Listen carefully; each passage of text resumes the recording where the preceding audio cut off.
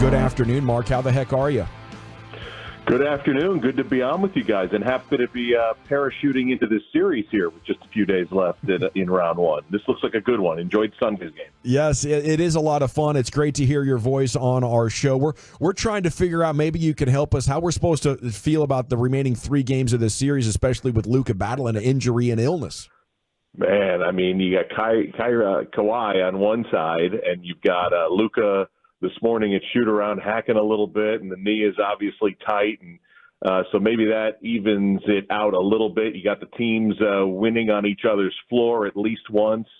So I guess it's typical 4-5, right? You know, you look at these 4-5 first-round matchups, kind of even. Does James Harden have the same kind of success, tonight that he had in the fourth quarter when the Clippers really needed it?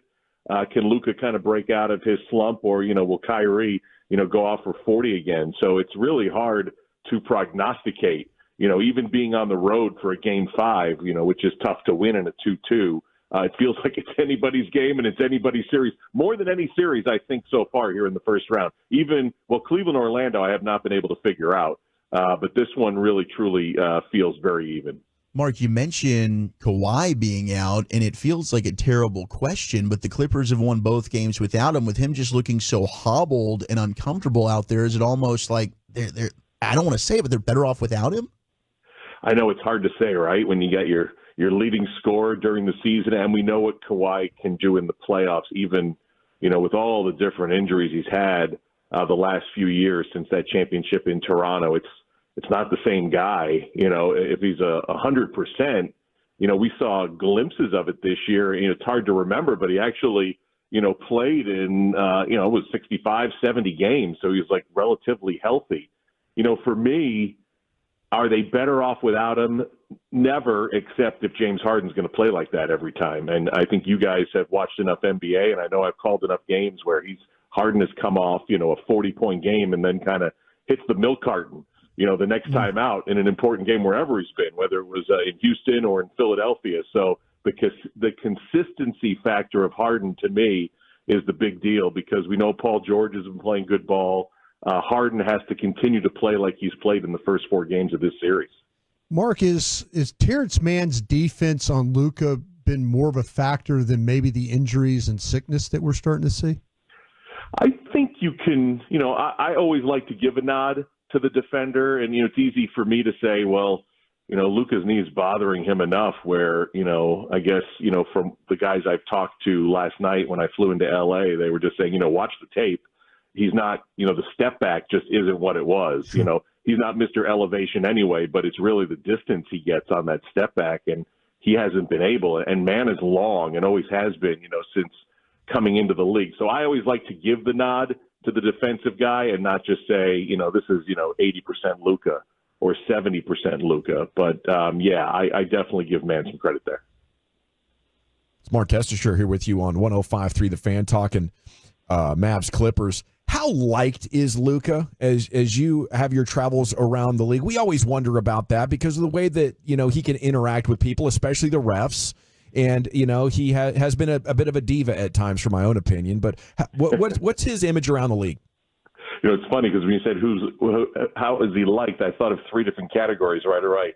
Fans, they're always there. Media, love to cover him, love to watch him play his game. And then you brought out refs and like, oh, yeah, that's probably the least of the guys who might like him. And more so, you're right, because it's constant. It's a constant chatter. We've already seen 2 technicals in this series. I do think, look, do they give him some leash as a quote-unquote star player in the league? Personally, I think there's a little extra leash there and probably deserved. I don't know if that's anything that's ever going to, go away. But yes, that's of all the different columns of who likes Luka, probably the officials are the one who have the biggest wall up, hoping not to hear the constant chatter coming this way. Do superstars have to be careful, or do they pretty much just get to say whatever they want and have it not affect the way that the game is called? I think they do have to be a little bit careful. I mean, there's no doubt, at least in my mind, in my opinion. We could argue it or at least have a good argument about, star treatment, if you will. But I think to me it always has been the way you go about it, like showing up an official. always tends to get under official skin more than anything else. And, basketball's different because we're all seeing everything. I mean, from courtside, even, to the last row in the upper deck, you can usually get a good idea of what's going on, more so than probably in all the other sports. And so I do think there are ways to go about it that are better than others. He came into the league kind of like this, but he's a different animal because he was already a pro for like 6 or 7 years, before he even came to the NBA. So I'm sure they've worked with him a little bit to, less show up the officials. But I do think, when you get the stature that Luka's had in the league from a very young age, and now, working into his prime, you're probably more often than not going to, at least officials going to, hear him out. From your experience, who would be second in line to Luka for superstar that chirps at the refs the most? Well, it's funny because I was just thinking, not even superstar, just anybody in the league. And I'm sitting here in L.A. and, we're getting ready to call a Clippers game, and I'm thinking Doc Rivers right off the top. That's like my number two. When I take coaches and players, that it's like, all right, we've heard enough already. But that's probably 1 and 2 there. I'd have to think long and hard, for another player, following Luka.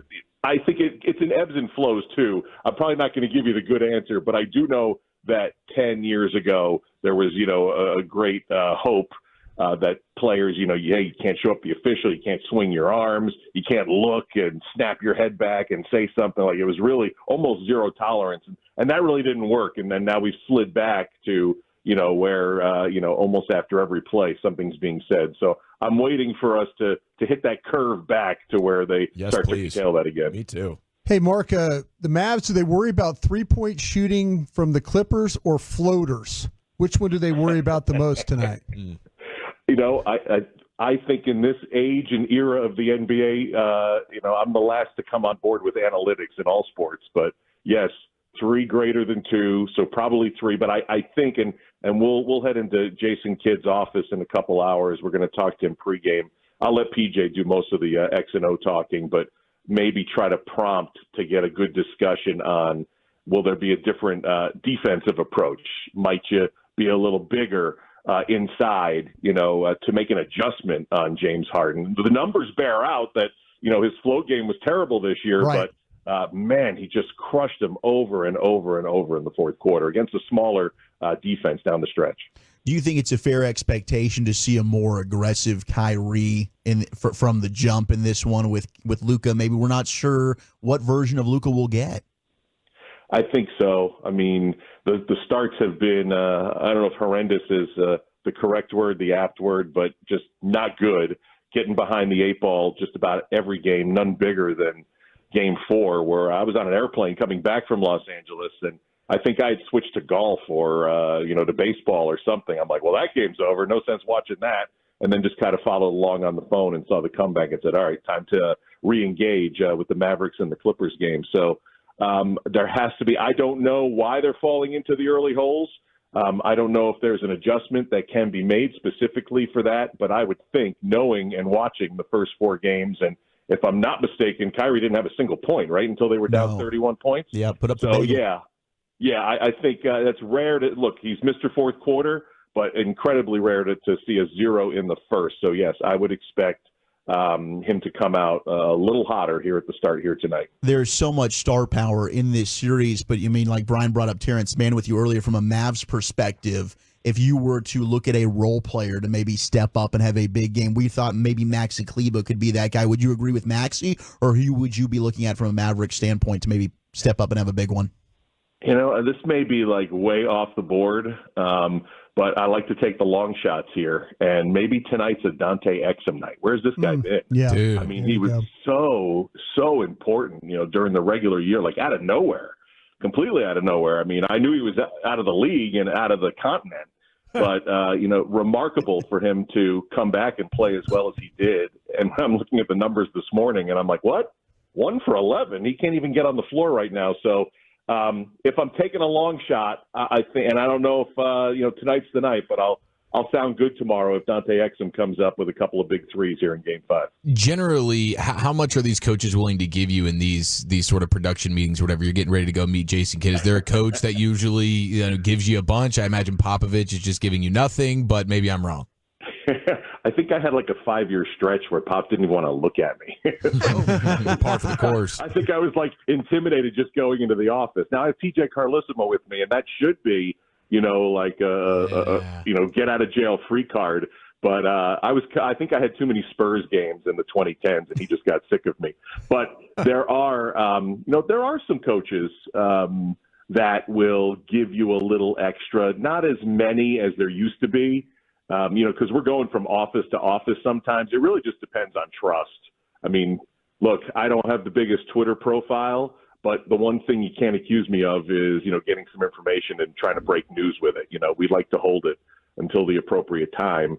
And then that builds trust that at least you might get, I don't want to say a generalization, but if I could ask, a head coach, hey, if you see this situation tonight, how might you play it? And every once in a while, like 1 out of 10, maybe I'll get something. And then as I'm leaving the office, I can kind of see that coach whispering with PJ. So maybe that's where the real information is gathered.